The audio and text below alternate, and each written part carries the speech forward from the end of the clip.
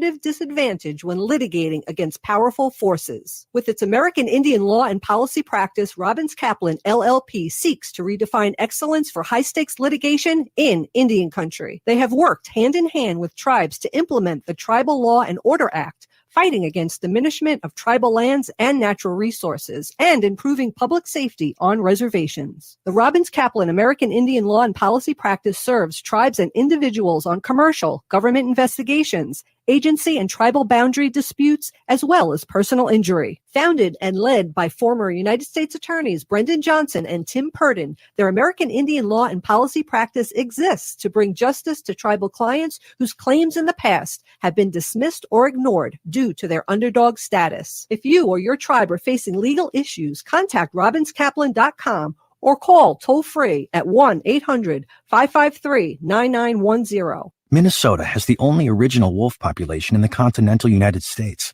and 80% of Minnesotans believe the wolf should be protected. Howling for Wolves is asking Minnesotans to respect our true wildlife manager, the wolf. Their survival is critical to our ecosystems, our communities, and even our economy. As highly intelligent animals with strong social bonds, Minnesota wolves deserve to be protected and admired. Learn more at howlingforwolves.org. Let's live and let howl. Hey, Ogimaa, I've been hearing a lot about this term, climate justice. What is that? Climate justice is recognizing that the negative impacts of climate change don't affect all people equally. It also means transitioning from a fossil fuel-based economy to a more sustainable future. MN350 is one of the groups that's pushing for this transition to protect our futures. You can even get involved too. That's great, especially since I'm concerned about pipeline projects like Line 3. How can I help MN350? Just find them on Facebook or visit mn350.org. It's not the younger people who are getting sick, and that's what people are so hesitant about getting the vaccine, because they think to themselves, well, I'm not really going to die. However, right now, they are the ones who are transmitting the virus to other people, and we need to make sure we're vaccinating as many people as possible. This message was brought to you by McGizzy Communications and Minnesota Department of Health. With your AM 950 weather, I'm Brett Johnson. Look for cloudy skies overnight with a low around 8, Thursday rain and snow with a high near 36, and Friday cloudy with the temp dropping to about 17.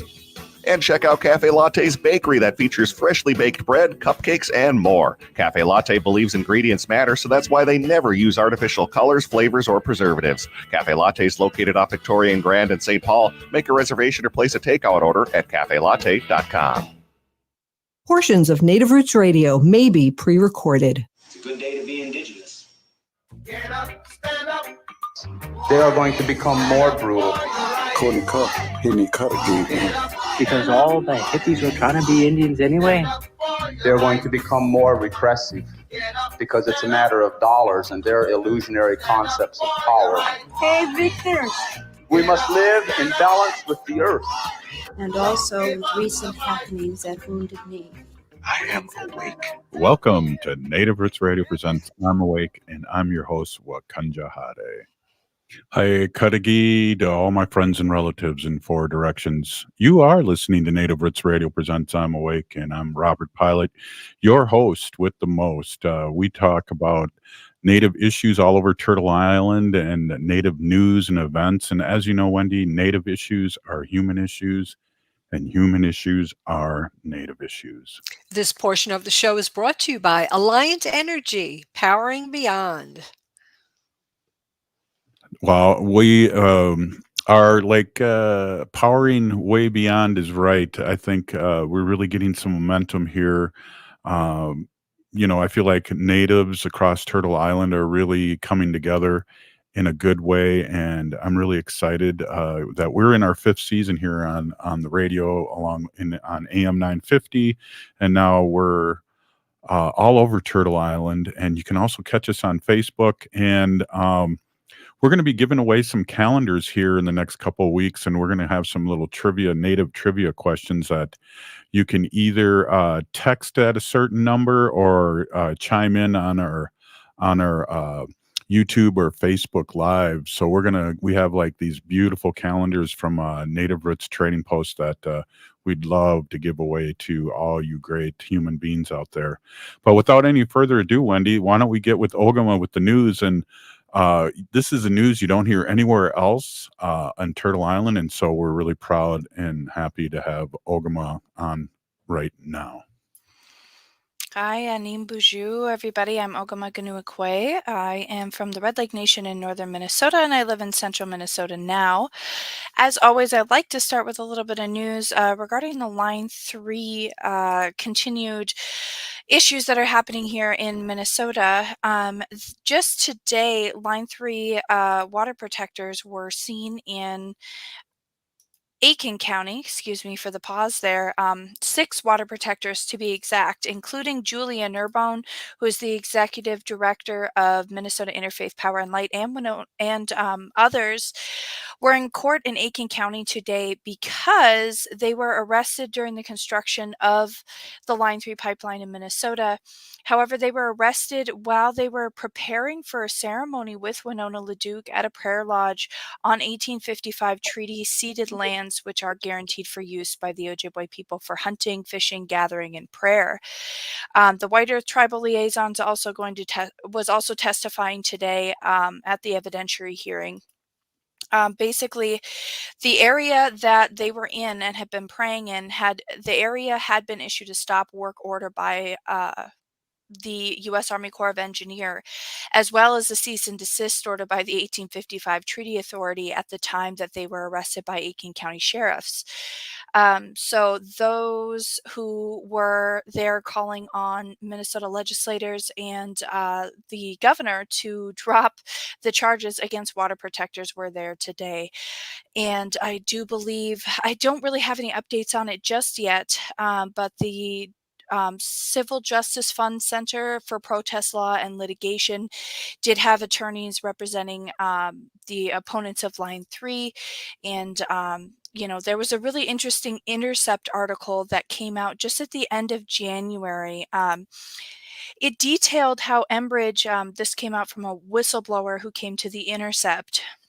It detailed how Enbridge had actually mapped land that belonged to Native tribes that opposed the Line 3 pipeline, and they marked those in red as areas of threat to the bottom line. It's part of their series Policing the Pipeline, and the article was from January 23rd, 2022. And if I can, I'd just like to play a little video clip here of Winona talking about that article, if that's all right with you, Robert.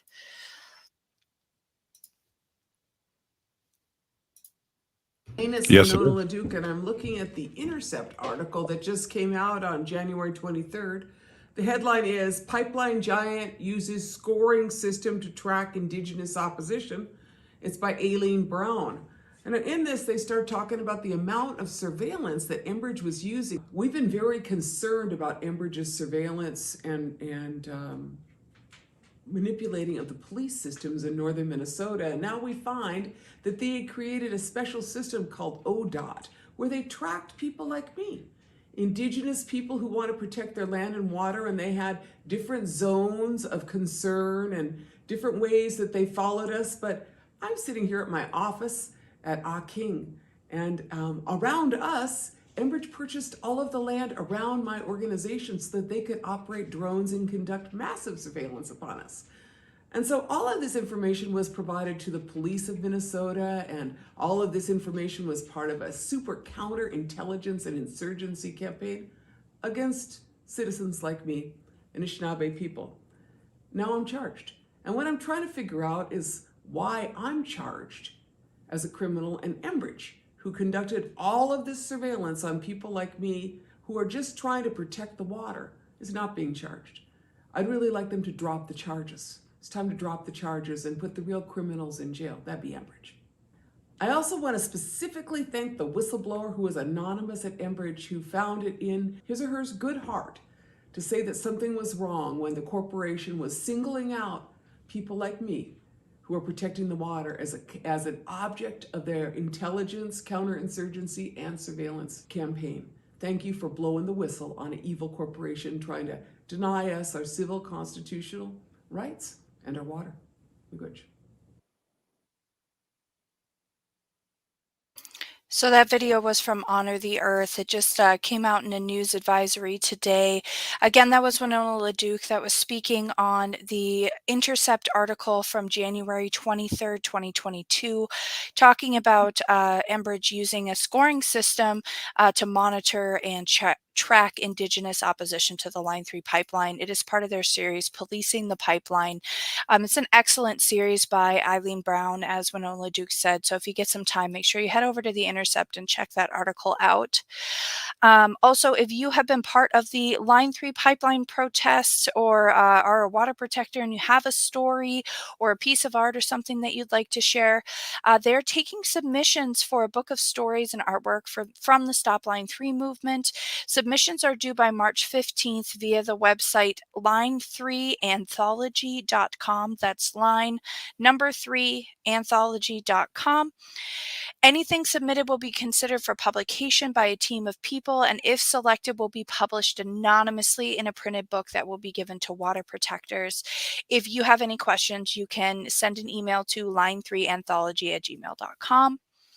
A little bit of national news here. The American Indian College Fund scholarships have opened up for this year. Applications are open for the 2022-2023 school year. And the deadline is May 31st, 2022. You are eligible to apply if you are an enrolled member or a descendant of a state or federally recognized tribe, a U.S. citizen, have a 2.0 grade point average or higher, and plan to be enrolled as a full-time student. Make sure you head over to the American Indian College Fund website to apply. That's really exciting. That's coming out. And then, quick news here, Robert, on Bunkie Echo Hawk. We're hearing a lot of fallout about that. 46-year-old Bucky Echo Hawk, or Walter Echo Hawk Jr., who's from the Pawnee and Yakima Nation and is a well-known artist, was indicted on charges of lewd acts with a minor, and there's major fallout in the Native community over that. Oh, wow. Yeah, thank you, Pinigigi Ogimaa, for the news. And this is the news you don't get anywhere else. We have a couple guests on. We have Wendy today doing her Sacred Animals section, which we really love. We also have Bob Blake with Solar Bear, and Angelica Allery, who is working with Minnesota Indian Women's Sexual Assault Coalition. So we're going to stop in and see what's going on Monday and what's happening around the Twin Cities in our MMIW-R Day. We're really proud to have her on. You're listening to Native Roots Radio Presents I'm Awake, and we'll be right back after this short break. Stay with us.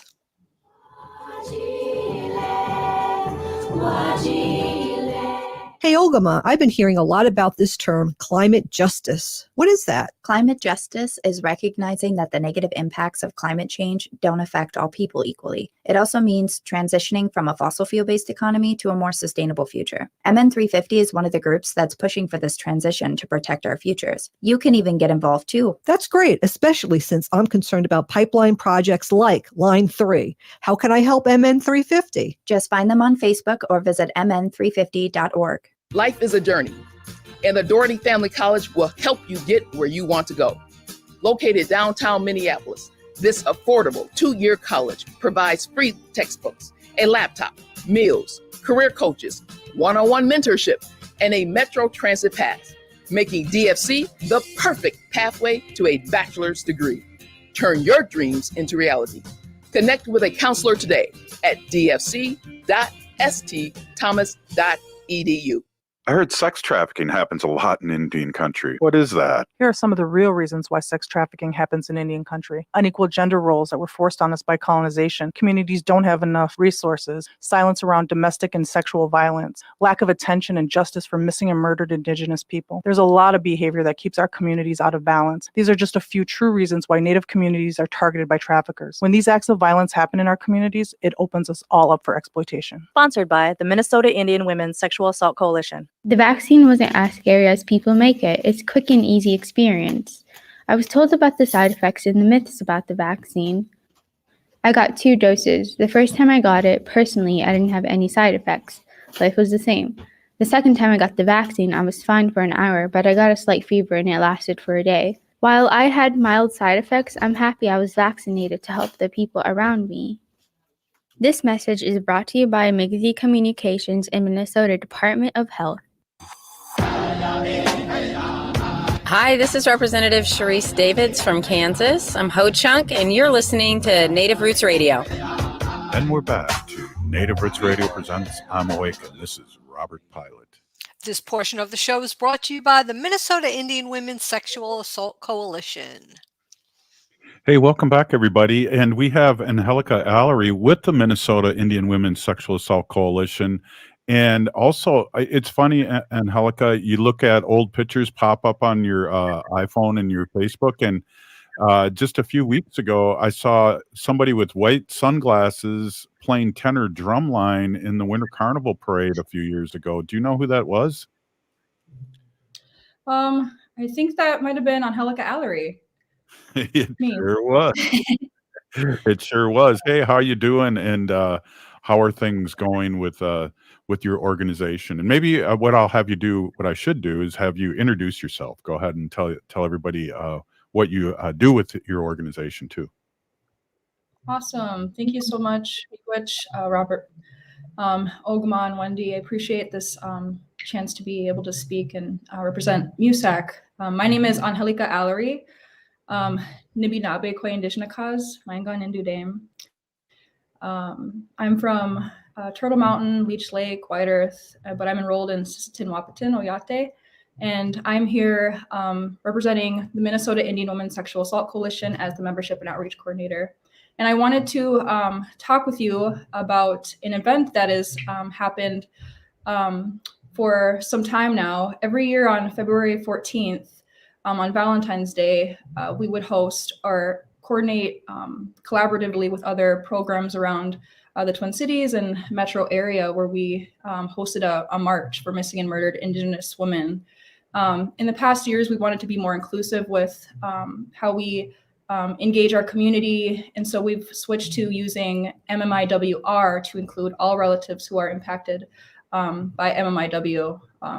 And so this year we are going virtual again, like we did last year. We're only keeping it for about an hour and a half virtual Zoom type of community event. This will be on February 14th from 12 p.m. Central to about 1:30 p.m. Central. And I can talk a little bit about who we will have as guest speakers. So we'll open up our time and our space together with great-grandmother Mary Lyons, who will help open us up with a traditional prayer. Then we will also be welcomed by Senator Kunesh and Representative Keeler. And that will be kind of our policy type of legislation panel where they will discuss further details on their efforts to address and raise awareness for missing and murdered Indigenous relatives. We'll also be welcoming Lisa Mose. She is from the St. Croix Chippewa tribe, the Round Lake community. And we'll also have Bruce Sonnenberg from the Raining Thunder Singers, who will bless our space with the hand drum song and just welcoming that good energy and flow as we get into our next piece, which will actually be community sharing. This is really, we wanted to target this time to be as inclusive as possible, getting community members involved. We want to spotlight community members who are on the ground doing the actual work, those who have been impacted by MMIW-R, those who have lost family members, those who are still fighting to get justice and awareness for their people and for our people. So I wanted to just say, try to get this out, get the word out. It'll be completely virtual. You can find our registration on our Facebook page, and that'll be www.MIWSAC.org. So Ogimaa will help put that in the chat, but it's our Facebook page, so you can find us at Minnesota Indian Women's Sexual Assault Coalition, and that'll have the registration link. So if you, as a community member, want to either say your relative's name, speak a little bit about the impact and how this is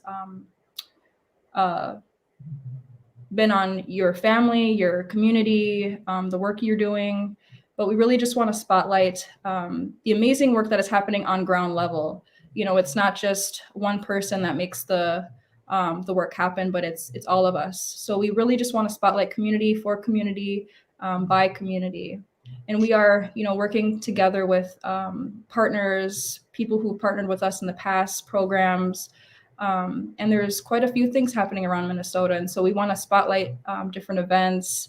And if you're not doing anything on the 14th, that is no worry. We welcome you to join our space, say a relative's name, say someone, say a story, share a little bit about some of the work that you're doing. We invite, you know, young folks, our elders, our really anyone, as long as we're, you know, creating that safe space for people to be involved. Angelica, it must have been really tough to make that decision for another year of having it virtual, because I know, what was it, 3 years ago or 2 years ago, you had Lieutenant Governor as one of the speakers. You had so many people there, and the Indian Center was jam packed. So it makes really big sense that you're doing this virtual, because, you know, we're still in the midst of a pandemic. So I just want to say, who to you and your group. Thank you so much. Yeah, it's been a struggle, but we're trying our best to be as inclusive as possible with the technology that we have and that we're using. So it'll be on Zoom. I wanted to share a few things, some ideas that you can do from home to prep for this event on Monday, February 14th. Again, that is from 12 to 1:30. So here are some ideas on how you can kind of prepare and also get involved for that day. So you can wear red. You can also start conversations with people, sharing photos. The hashtag that we are using this year is hashtag MMIWR_MN. You can say your loved one's name aloud, you know, make a social media status if you have any photos, but just to, you know, keep those, keep the energy and the flow of, you know, continuing to look for people, for our family members, for our loved ones, for our friends. You can tie a strip of red cloth or red ribbon in a visible place, whether it's on your car, your window, a tree, even a fence, or even, you know, around your wrist. You can make a tobacco tie with, you know, by putting prayers inside, good medicine. You can hang that in a safe place, such as a tree. You can offer it to the water. You can even burn it if you would like to as well. Another thing is answering the call when families ask for help for searching for their loved ones. You can donate money, your time, and other resources to families and folks who are working on the ground every single day to help find our relatives. We all have come with different gifts that we offer the world. So using your unique gifts, whether it be cooking, art, speaking publicly, community building, we're all needed in this movement, and each and every one of us bring a special skill and talent to the work. Another thing is reach out to your policymakers, leaders in your community, to see what can be done to better investigate cases, support families, and then to prevent this from continuing to happen without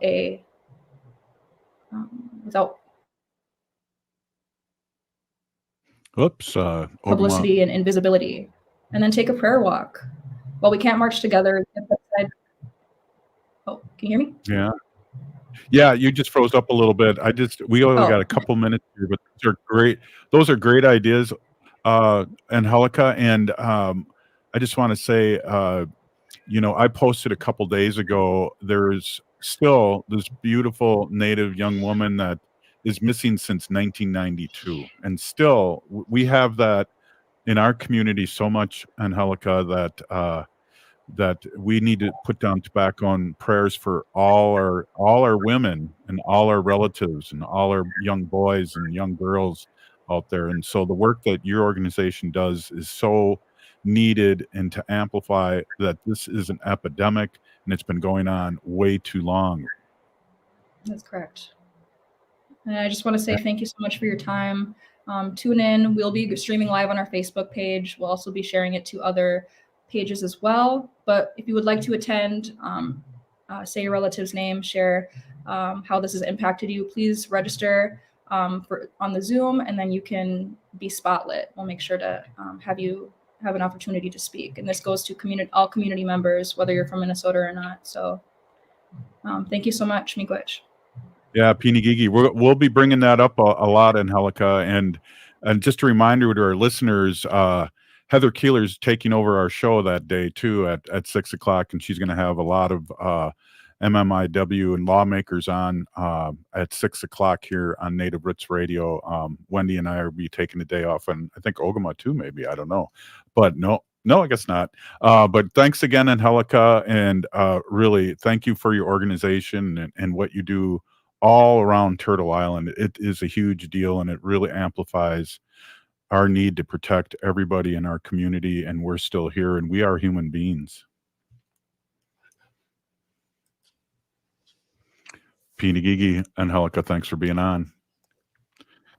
So that'll be Minnesota time, Central Standard Time. And I'm just saying that because I'm in New York and it's an hour later, so. Yeah, go ahead and Ogimaa. Yeah, and I do want to let people know that regionally there's going to be 3 other in-person and virtual events happening as well. There'll be an event in Bemidji, Minnesota. There will be an event in Twin Ports, which is Duluth, Superior, Minnesota. And I believe there's also an event in Chicago. So I will post those to the Native Roots Radio socials and talk more about those maybe tomorrow. Yeah, that'd be great if you can amplify that for the next few days until Monday comes, because it is a huge deal and it's happening all over the country, not just here, but as you said, in Duluth. It's great to have Angelica on. What a great young warrior. She's really coming to her own, and I'm really proud to know her as a former teacher of hers. We'll be right back after this short break. Stay with us. This is Native Roots Radio presents I'm Awake.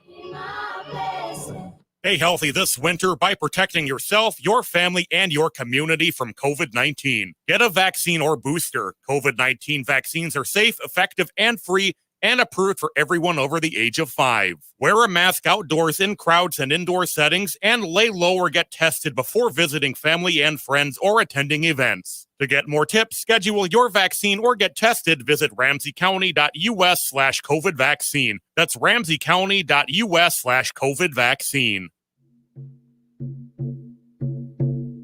When we heal from our traumas, When we face our fears, let go of our addictions, when we relearn our values, when we live our teachings, respecting our elders, cherishing and honoring our children, when we honor and take care of our spirit, there will be no room left for sexual violence.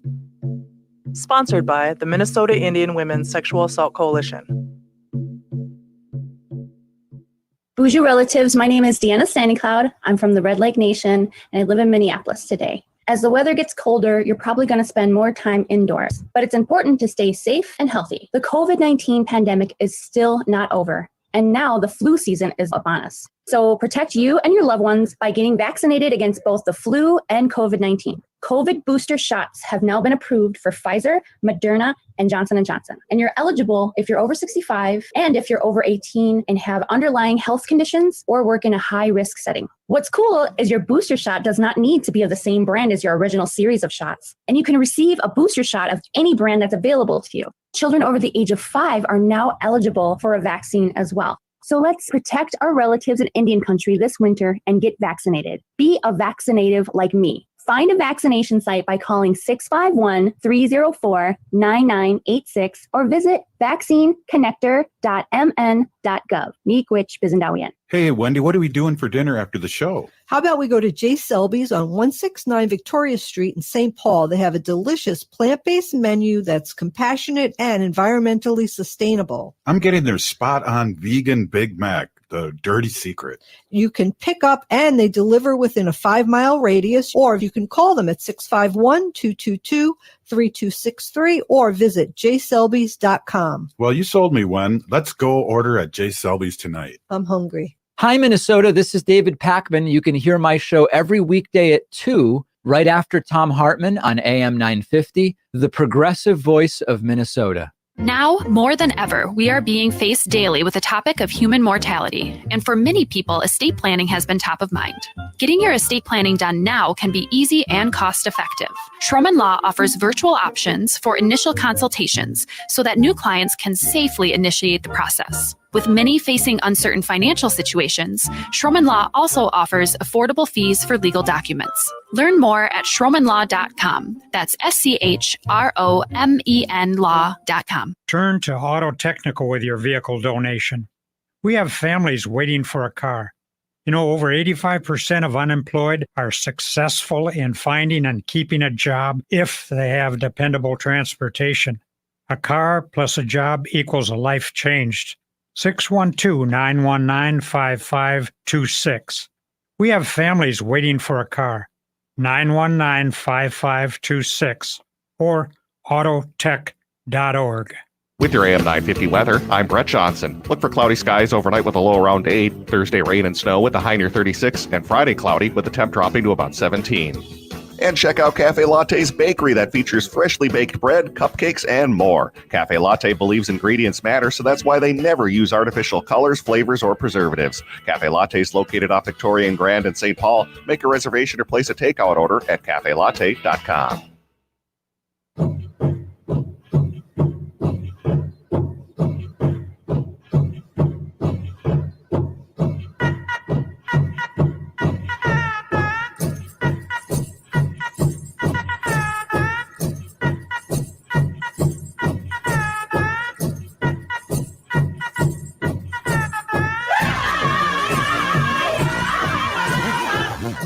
Welcome back to Native Roots Radio presents I'm Awake, and this is Robert Pilot. This portion of the show is brought to you by MN350, a grassroots organization fighting for climate justice.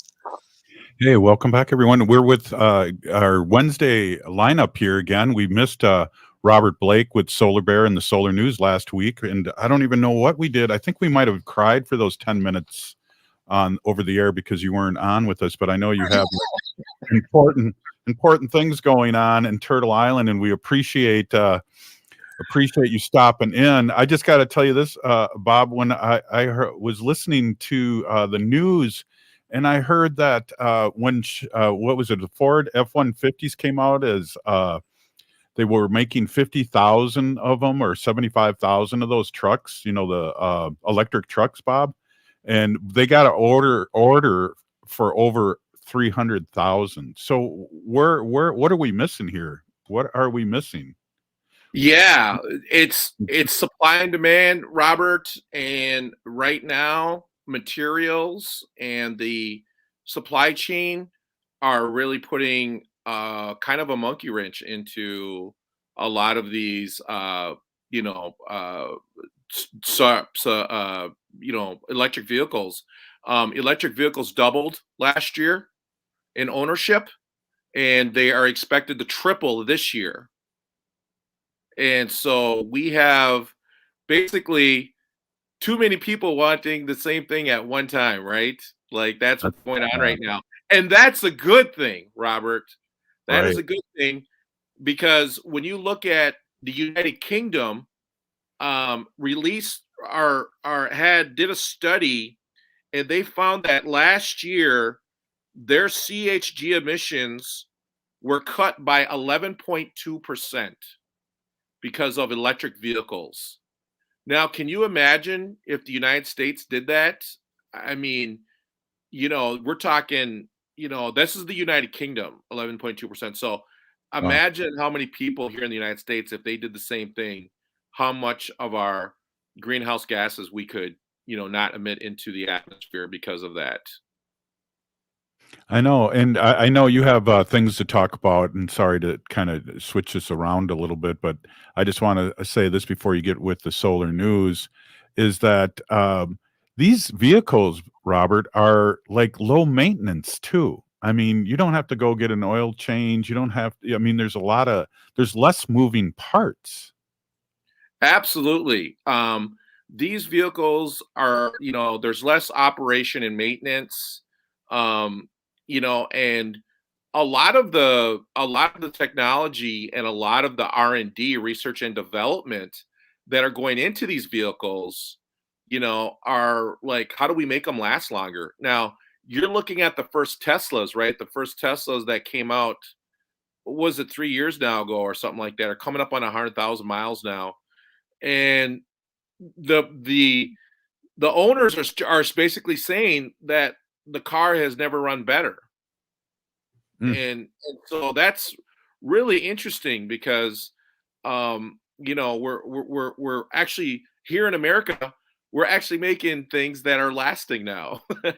Wow, what a concept. I think, one of the things too, I don't know if anyone saw this, but it was crazy that the news put out there that I think it was a Tesla car was driving by itself. The guy was watching a movie and he almost ran over a couple cops, and that it's all over the news. And it's just like, okay, that was a year ago. And what are they trying to say by bringing this out? They want to keep who do they want to keep happy by bringing news up that's over almost 2 years old, Robert? And it's just the media that just freaks me out, and I'm so glad that you're able to come on here and speak the truth and tell our listeners in a good way what's going on Turtle Island. So I really appreciate that. Yeah, and that brings me to another point here, and that is that the electric car charging market is going to be worth $207.5 billion by 2030. And so that means that any business that wants to stay in business or that wants to increase traffic to their location should think about adding electric vehicle charging stations. Any business, and here's the thing, Robert, it doesn't just have to be gas stations anymore. It could be McDonald's, it could be Chipotle, it could be hotels, Casinos. It could be casinos.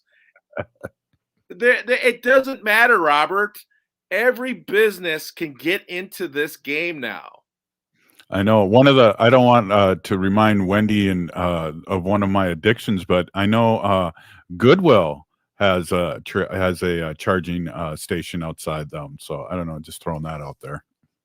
And I think that makes just good sense, right? Good economic sense. And you see more and more corporations, more and more companies moving in this direction. Robert, there was a study that was done on the big box stores like Target and Walmart. And if they put solar on top of their roof, they could knock out half of their electricity bill. That's hitting the bottom line, Robert. And that means more money, more better paying the associates in those stores. You know what I mean? Better, hopefully better health benefits and whatnot for those people. So especially right now when we're in this crunch around employment and we can't find enough people to take these jobs. It's just smart to go green. Well, and you said this, and I thought the first time you said this was a couple of years ago, and I thought this was brilliant, was why aren't we putting solar panels and teaching people in schools how to build these and how to put them together in all our schools, all our flat roof schools here in the Twin Cities? You know what's the next biggest demographic, Robert? The next biggest demographic is the one that is coming up right now. These people are going to be voting. They are going to be the ones that are going to be deciding, what politicians and who are coming in to run our government. AOC is obviously leading the charge. You know what I mean? You're going to see these younger people that are going to be, going to be our politicians. And I'm telling you, Robert, young people want their politicians to be talking about climate change, about the environment, about, things that matter to them. And I'm sorry, but the old guard of the fossil fuel, kings and, infrastructure, that's dead. Yeah, I'm on the cusp of being a boomer, but I just got to say, okay, boomer, move aside. Yeah, and I'm serious, Robert. I mean, these young kids are worried about their futures. They want a future, and they want to be environmentally conscious. And I'm telling you, they are going to be voting in people, and those politicians right now, take heed. If you're not about the environment, oh, Robert, I had a great talk with a state representative up in St. Cloud, and he is focusing in on green jobs and about the transition of his community up there from the coal plant, from the Sherco plant up there.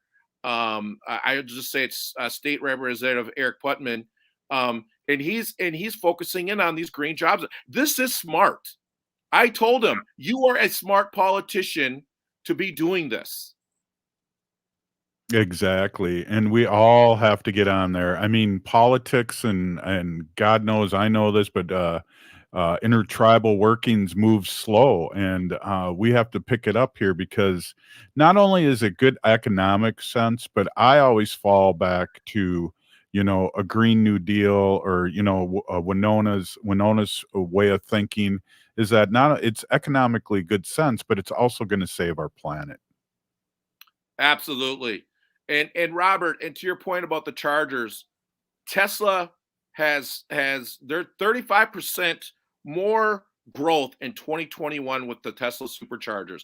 This is just Tesla superchargers, Robert. Yeah. 35% growth. That's crazy.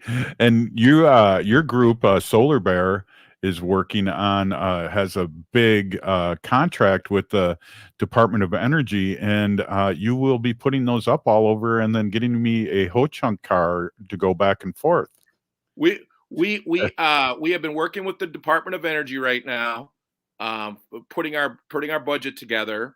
And here is something, people. The DOE is busy. They are busy with so many different projects around the country. And that holds good for our country. That holds good for the United States, for Turtle Island, because that means that there are a lot of projects going on, and that's what's really exciting.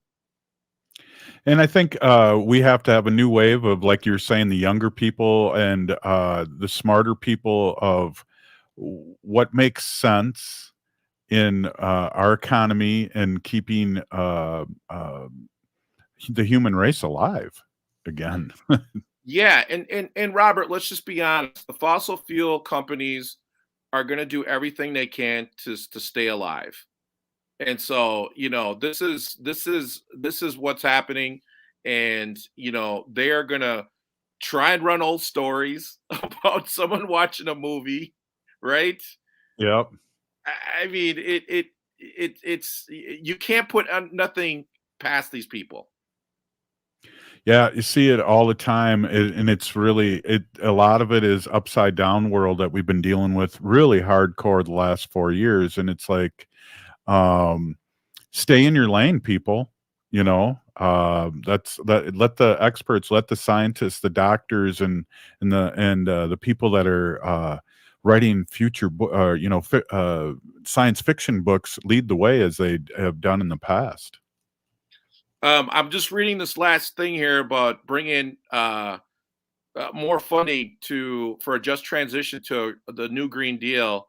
Robert, I am working on something I'm submitting to the Department of Energy next month, and I hope to get an audience with the Department of Interior after I submit it. So it's very exciting. It is just what Joseph Peltier is just talking about right here. Perfect. And I know I'll be going with you if you're going to Washington, and carrying your bags for you and being your your team group. I've been invited to speak in Vancouver on the 24th to the 26th of April. Policy and business people around energy and tribal country. So excited to do that. So that's a no. Hey, this is Native Roots Radio presents I'm Awake, and we'll be right back. Thanks, Bob Blake from Red Lake. Stay with us. Hey, Ogimaa, I've been hearing a lot about this term, climate justice. What is that? Climate justice is recognizing that the negative impacts of climate change don't affect all people equally. It also means transitioning from a fossil fuel-based economy to a more sustainable future. MN350 is one of the groups that's pushing for this transition to protect our futures. You can even get involved too. That's great, especially since I'm concerned about pipeline projects like Line 3. How can I help MN350? Just find them on Facebook or visit mn350.org. Navigating COVID while protecting yourself can be difficult. Fortunately, there's a hotline you can call with any questions. The Department of Indian Work St. Paul partnered with the Minnesota Department of Health to open the Twin Cities American Indian COVID-19 hotline. They provide information on vaccines, booster shots, and testing sites. Right now, booster shots are available to anyone over the age of 18 for those who are eligible. The Twin Cities American Indian COVID-19 hotline can also help with housing, food, medical, and educational support. If you or someone you know has questions about COVID-19, vaccinations, booster shots, or testing, please call 651-304-9986. Again, the number is 651-304-9986. The Twin Cities American Indian COVID-19 hotline is open for calls Monday through Friday from 8 a.m. to 5 p.m. Call the Twin Cities American Indian COVID-19 hotline at 651-304-9986. Minnesota has the only original wolf population in the continental United States, and 80% of Minnesotans believe the wolf should be protected. Howling for Wolves is asking Minnesotans to respect our true wildlife manager, the wolf. Their survival is critical to our ecosystems, our communities, and even our economy. As highly intelligent animals with strong social bonds, Minnesota wolves deserve to be protected and admired. Learn more at howlingforwolves.org. Let's live and let howl.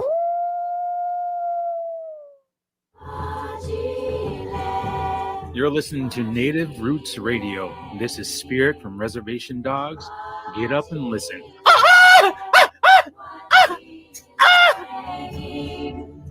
Welcome back to Native Roots Radio presents I'm Awake, and this is Robert Pilot. This portion of the show is brought to you by Howling for Wolves, protecting wolves for future generations.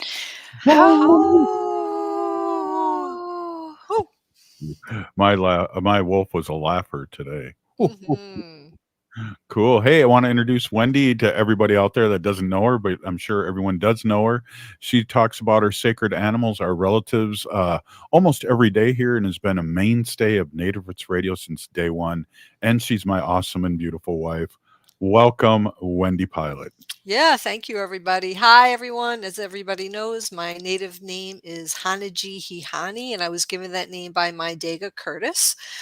Curtis is Mashke Hanajinga, and I always like to thank Curtis, so thank you, Curtis. I'm a humane policy volunteer leader for the Humane Society of the United States, and I work on animal issues at the local and state level, and it's always my pleasure to do that. And I kind of find articles around the town here, looking at Facebook and other social media outlets here. I have a subscription to Audubon magazine, so I bring a lot of information and studies that they present in the magazine. So I have that too. I read it yesterday and I thought it was really interesting, and I think people will also think it is. Interesting. And I kind of always like to bring like a climate change piece when we have Bob Blake from Solar Bear. So this article here is from the Audubon magazine, and it's written by Lauren Leffer, and it is dated yesterday. 2 days ago. Today's the 9th. I'm sorry. I'm just exhausted. I've been taking care of my 3-month-old great niece. It's been it's even better than I even imagined. She's just, I can't even wait to see her tomorrow, but it's exhausting. I mean, I'm with her from 6 a.m. till 5 p.m. every day, and it's a lot. So I'm like, falling asleep here, but let's do the best we can. Why don't we? Hey, we got 8 minutes, Wendy. You can do it. I could do it. 8 minutes. So the article is dated February 7th, 2022. And it's the name of it is Many Birds Are Shrinking and Growing Longer Wings as the World Warms. Why? A growing body of research suggests a warming world could mean smaller birds with longer wings, but nothing about the findings is settled. Climate change is massively altering our world. Hotter temperatures, shifting rainfall patterns, rising sea levels, more frequent wildfires, and melting sea ice are all affecting birds and their habitats. But climate change may be having another, less intuitive impact on birds. A host of scientific studies show that birds are gradually shape-shifting. Their bodies are miniaturizing at the same time as their wings grow longer. Since the 1980s, Amazonian birds' bodies have decreased in size and their wings have lengthened, according to a study published late last year in Scientific Advances. After accounting for other factors, the researchers found that the bird's bodily changes are closely linked to the rising temperatures and shifts in precipitation caused by climate change. The results, compiled from data covering 77 different species and more than 10,000 individuals from the Brazilian Amazon, support an emerging research trend.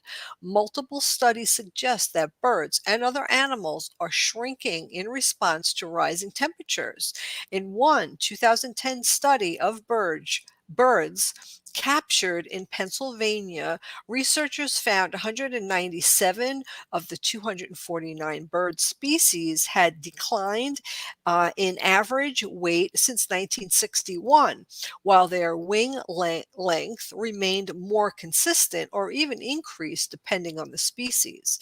A 2020 study of more than 70,000 individual birds also found increasing wing length along with reductions in body weight through time for 52 migratory species passing through Chicago.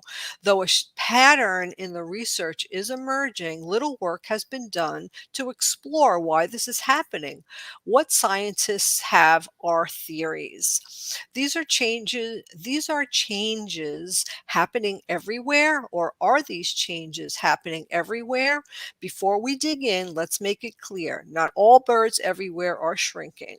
While several analyses, which each include many dozens of species and thousands of individuals, suggest birds are shrinking due to climate change, there are other studies that show seemingly opposite results. In certain places, birds appear to be getting heavier or developing shorter wings. In one study of California birds, researchers found that body mass increased by small amounts over 40 years, though the bird's wing length also increased during the same period. In a study of wintering ducks, researchers found mallards and teals in France were growing heavier over the years, and researchers in Spain found that common nightingale's wings shortened over 20 years. That the shrinking trend isn't found everywhere in the world doesn't mean the studies done in Pennsylvania, Chicago, or Brazil are invalid. Instead, it points to the complexity of climate change and ecology. The regional impacts of climate change vary widely. In some places, rising temperatures or shifts in precipitation oh my goodness, could be increasing food availability, says Vitek Jurinkic, an ecologist in the Integral Ecology Research Center in Blue Lake, California, who led the Amazonian research. Maybe they're experiencing different conditions besides just simply changes in temperature and precipitation, he said. It's really hard to tease apart some of these threads. For example, in the case of the increasingly fat French ducks, researchers concluded that milder winters were allowing the fowl to bulk up more and later in the season. I don't think that our papers have demonstrated that all birds are getting smaller, says Brian Weeks, an ecologist at the University of Michigan in Ann Arbor, who led the Chicago study. They're demonstrated that in some systems, it is entirely possible for all of the species of birds to be getting smaller. So why are the birds shrinking? In the places where birds do seem to be getting smaller, researchers have found a few ideas about why. One explanation comes down to physics. Bigger objects hold on to more heat In biology, Bergman's rule says that warm-blooded animals are larger in colder climates and smaller in warmer ones. That's because larger bodies conserve heat while smaller bodies disperse it more quickly. Bergman's rule also explains why a small cup of coffee cools down faster than a large one. Smaller objects have a higher ratio of surface area to volume, which means more contact and cooler air that absorbs the heat. Previous research has found Bergman's rule holds true in birds, and that in general, birds living in warmer environments are smaller than those in colder habitats. We were just talking about this with the wolves living in the south and the heat, and they were smaller than the wolves that live up in Minnesota. So that Bergman's rule goes to show that. The article goes on and on a little bit longer, and maybe I'll finish it up tomorrow, but I thought it was very interesting to talk about the climate change and how the animals are pretty much adapting to it slowly. We won't, but the animals will. Right. They will, but will we? Exactly. That is the question. That is the big question. Hey, we'll be right back tomorrow. And we're still here. We are the seventh generation. You've been listening to Native Roots Radio presents I'm Awake. Free Leonard Peltier. Stop line 3. Please get vaccinated and boosted. Hi, this is Paul Metz inviting you to listen to a great new episode on the Wall of Power